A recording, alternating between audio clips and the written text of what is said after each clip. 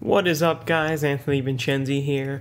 And when Google unveiled its Chromecast device the other day, people had some questions on what was the real purpose of this device. Now, of course, Google demoed what its features were and what it did, but mainly I had thought, wow, this is going to be replacing their Google TV product, which is really a failure because it's very low adoption rate. No one's really buying it. Only people buy it because it comes built in with TVs, so they have to. It's really not a popular product. So I thought, oh, people are going to buy this and it's going to replace Google TV.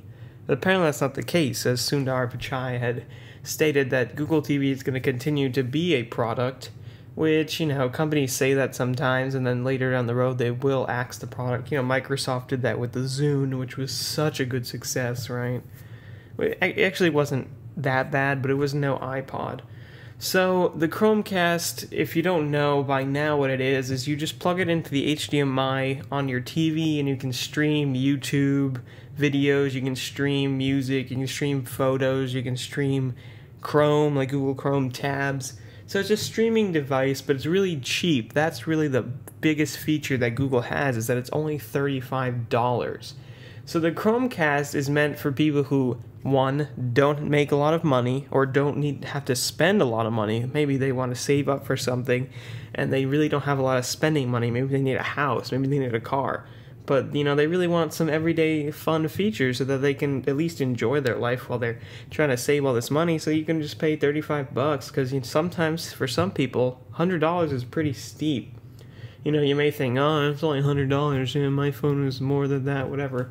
But some people don't make as that much money, and people deserve to have fun and still watch their YouTube or play their music. $35 is very cheap for a lot of people. So that's one of the main features of the Chromecast. Second, the Chromecast is meant to add to the Google TV experience. So Google TV plus Chromecast equals the ultimate streaming experience in Google's eyes. So the Chromecast isn't really like a Google TV replacement, more of a Google TV add-on. So another thing that people have been saying since the Chromecast was unveiled is, oh, this thing's gonna kill the Apple TV. Oh, the Apple TV's obsolete. Google really got Apple again. And the fanboys are really happy and proud of themselves that Google came out with this product to kill the Apple TV because Apple sucks, blah, blah, blah. And likewise, Apple fanboys are being like, oh, it's nothing, Apple TV is so much better, Well, yes and no. See, the Apple TV and the Chromecast are actually very different devices. And the main feature that compares to the Chromecast and the Apple TV is AirPlay, where you can stream your devices to the TV. One of the things that the Chromecast is better at is that you could stream videos and stuff to your TV, but you can also quit out of that window on your phone. So if you stream a YouTube video, you can do other things on your phone while that video is streaming. And that's because the Chromecast takes the information from the internet and puts it on TV instead of taking it from your phone and putting it on the TV. So that is one actually really nice feature that I wish AirPlay would have, but it's a little different because with AirPlay you mirror your content directly from the device, and with Chromecast you're streaming it over the cloud or the internet. So it's a little different in how it works. Now, to the question or to the statement that, oh, the Chromecast just kills the Apple TV, Apple's losing, Steve Jobs is dead, Apple can't survive. Yeah, no. The Apple TV still is the dominant device when comparing it to the Chromecast, and that's only because the Chromecast was just announced. There are still features that the Apple TV does have that the Chromecast does not, such as Hulu Plus streaming, and perhaps the upcoming Times Warner deal with Apple, and as well as the Apple TV having the ability to stream HBO Go, and Pandora is already ready to go on Apple TV, and AirPlay can do Spotify and Rdio, and you can do mirroring of all your devices on the Apple TV with AirPlay. And you can do dual screen gaming. That's also a feature that Apple has. Like you're playing, I think, Asphalt 7 or something. You can play on the TV and have a map of the road on your iPad. So that's a cool thing. As well as you're streaming from your device, which is also maybe a feature if you do not have very good internet and you can't download videos very fast. Well, it's more efficient to just stream from your device if you have a video downloaded there.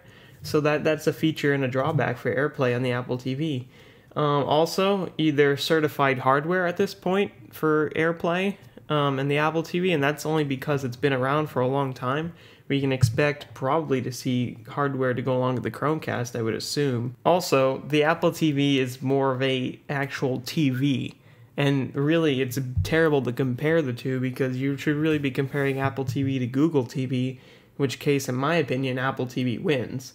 But, I mean, because you have a hardware remote and you can control things you can do things on your Apple TV when the Chromecast is just a streaming dongle.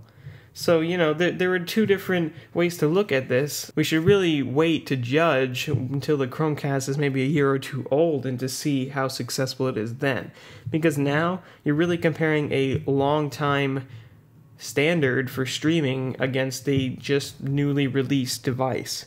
So I would say wait to judge until the Chromecast gets a little older to see how many developers integrate it with their apps and see how it stacks up against AirPlay maybe in a year or two.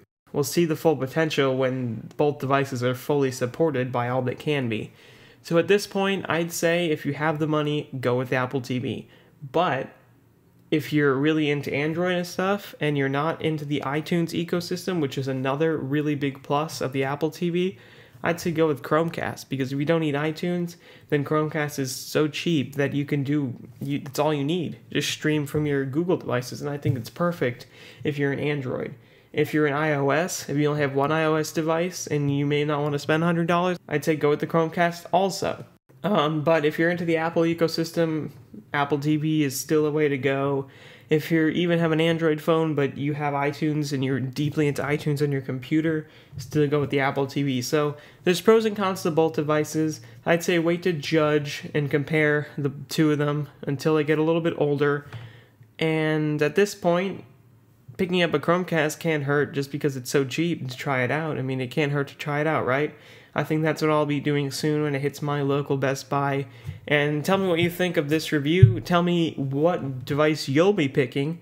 Would you stay with your Apple TV? Would you buy one? Or would you just go with the Chromecast because it's cheap and easy? Tell me what you think. Please rate, comment, and please subscribe, because your subscriptions will help me make more videos and give you more reviews of actual products. Thanks for watching, and I'll see you in the next video.